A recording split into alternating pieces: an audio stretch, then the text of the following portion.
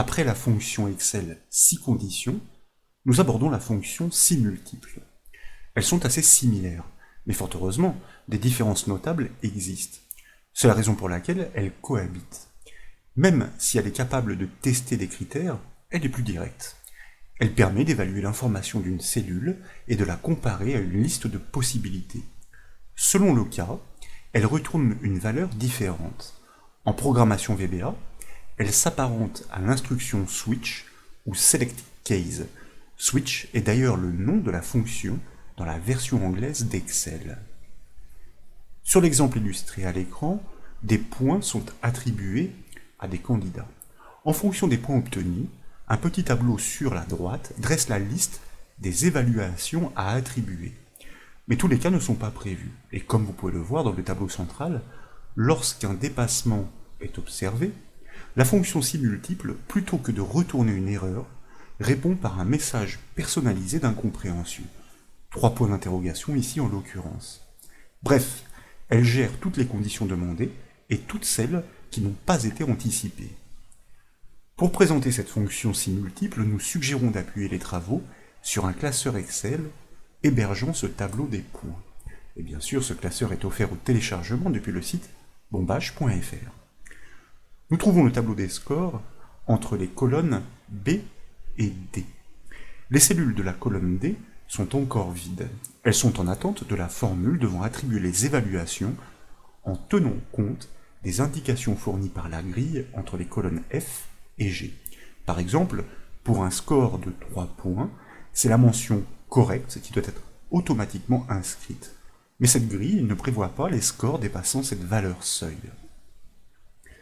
La plupart des arguments de la fonction 6 multiples sont facultatifs.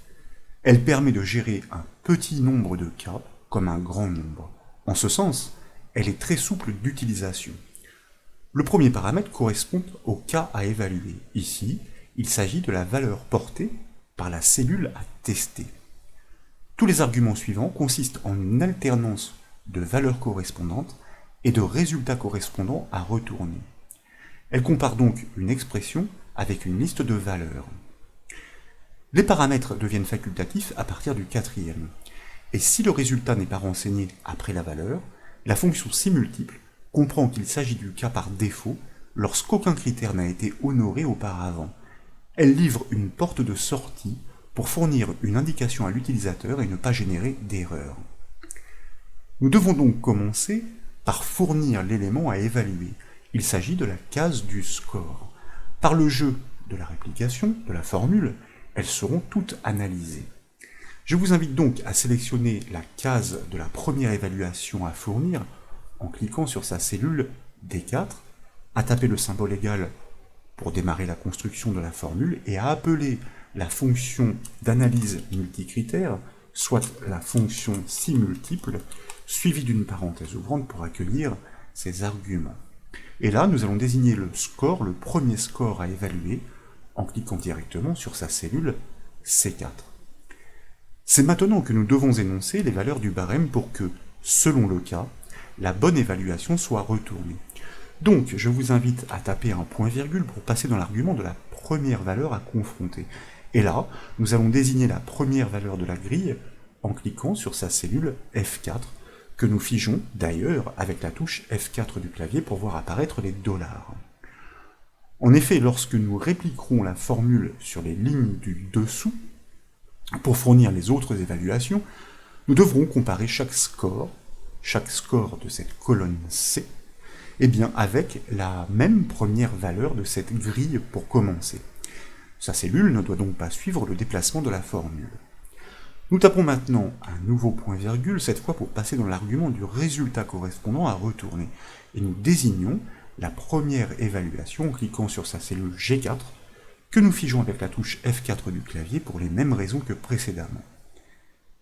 Désormais, et tant que toutes les possibilités n'ont pas été envisagées, nous devons poursuivre selon le même protocole.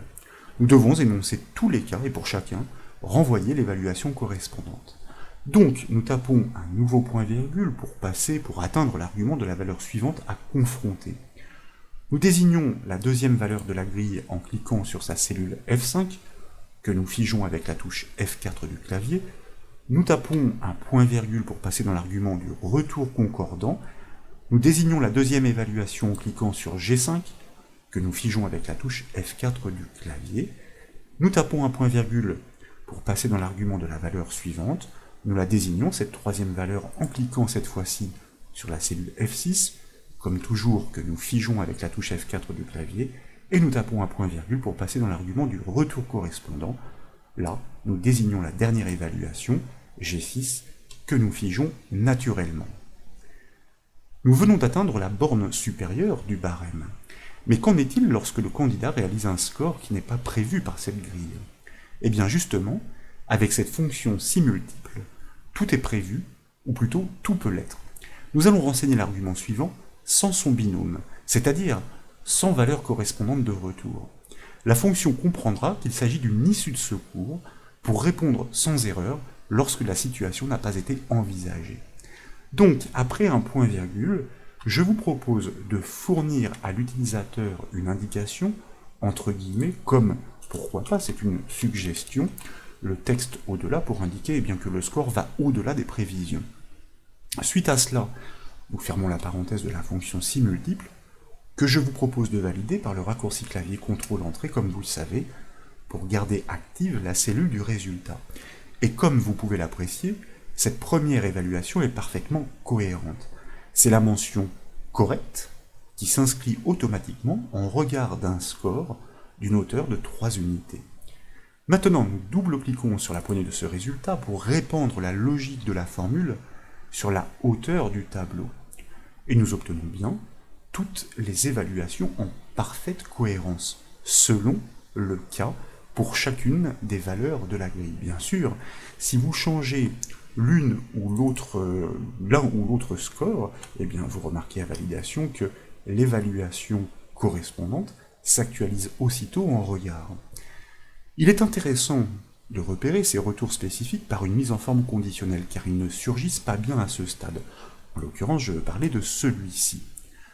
Dans la formule, par exemple, si vous remplacez ici la mention au-delà par 3 points d'interrogation successifs que vous validez et que vous répliquez par double-clic sur la poignée, eh bien, vous voyez surgir de nouvelles couleurs. Nous avions effectivement bâti une règle en conséquence pour repérer les lignes qui sont au-delà du seuil de la grille, sanctionnées par cette succession de 3 points d'interrogation. Voilà donc pour cette présentation de la fonction Excel simultiple, homologue, pourrions-nous dire, de la fonction si conditions. Dans une prochaine étape, nous allons nous amuser à les comparer pour voir laquelle est la plus efficace. Quoi qu'il en soit, j'espère que cette petite astuce vous a plu. Si c'est le cas, comme toujours, je compte sur vous pour mettre un petit j'aime à la vidéo, et comme vous le savez, vous pouvez retrouver toutes les astuces et formations sur le site bombage.fr. Je vous remercie.